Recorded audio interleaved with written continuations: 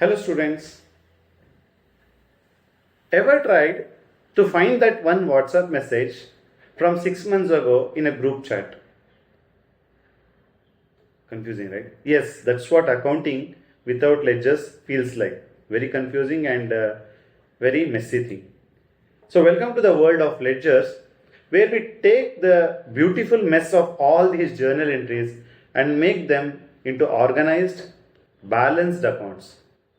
Think of journals as your rough diary where you scribble everything down, and ledgers as your Instagram ready, perfectly organized photo album.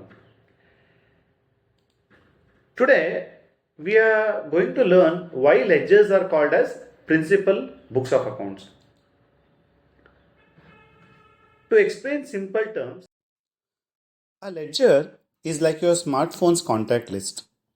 But instead of storing phone numbers, it stores account balances. Each contact or account has its own dedicated space with all its transaction history neatly organized. There are certain principles that ledger accounts have to be considered while preparing. First one, classification and grouping. You remember how journal entries were like continuous Twitter feed of transactions?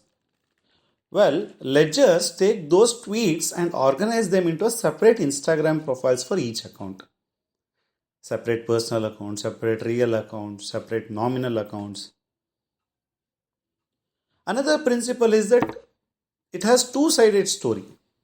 Every ledger account has two sides, just like how every Instagram story has two sides. What you post versus what is the reality. Similar to that, in this case, there is a debit side on the left hand side, like your left pocket, and the credit side on the right side, like your right pocket. And on the left hand side, on the debit side or right hand side, the prefixes we often use to and by. Students often misconception that they often think that to and by have deep meanings. Nope. They're just accounting's way of saying hi and bye. Purely ceremonial and like say good morning to your neighbor, like saying. So the next concept that we have to consider while discussing the ledgers is that posting. What is posting? Posting is like copying your best content from your private story to your public profile. Basically, you are taking journal entries and transferring them to their respective ledger accounts. So there are certain rules of posting. Rule number 1. Separate accounts for everyone. Just like how you won't mix your mom's messages with your bestie's messages, every account gets its own separate ledger. Rule number 2. The to and by dance. When posting to the debit side, use to as a prefix. When posting to the credit side, use by as a prefix. Rule number 3. Keep the reference. Always mention which account is on the other side. It is like tagging your friend in an Instagram story so people know the context. Getting the point? So let us take an example of Bobby, our dear friend who runs cafe shop, a place where accounting students go to cry over their balance sheets while sipping overpriced cappuccino. So let us follow some transactions here. So Bobby starts business with 50,000 rupees cash. As we know, the journal entry is cash account debited to capital account. Here, if we are preparing the cash account ledger, on the left hand side, the debit side, we have to write on the cash account to capital account. Getting the point? And on the capital account ledger, on the credit side, on the right hand side, we have to write by cash account and the amount. Let us take another example. Bought coffee machine for 20,000 rupees cash. The journal entry will be coffee machine account debited to cash account. If you have to post these entries into the ledgers, on the cash account, we have to write on the credit side, that is the right hand side of the cash account. So we have to write by coffee machine account.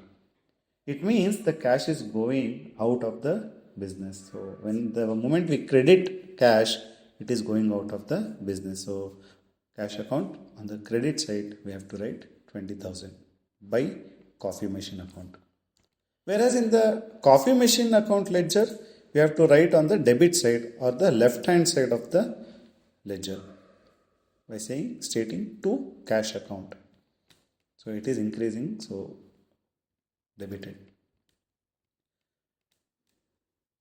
And moving on to the transaction number 3, if we sell coffee worth 5,000 rupees for cash, so the journal entry will be cash account debited to sales account, being a coffee shop owner.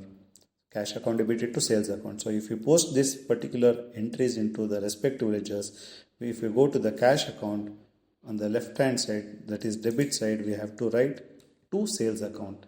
Whereas on the sales ledger, we have to write on the credit side by cash. That is the right hand side, we have to write by cash account.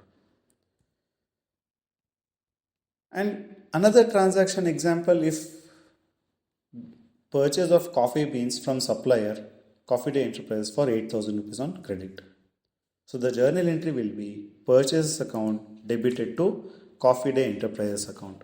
So purchase being an expense, we have debited, and the Coffee Day Enterprise is an liability being supplier. It is increasing, we have to credit.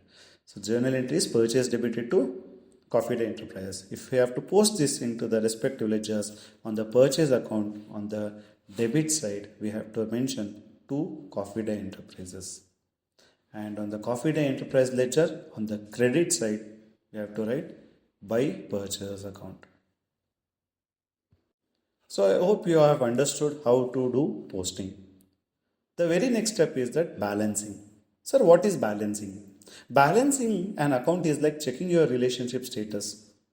You calculate the difference between what you have and what you owe, and that's your balance.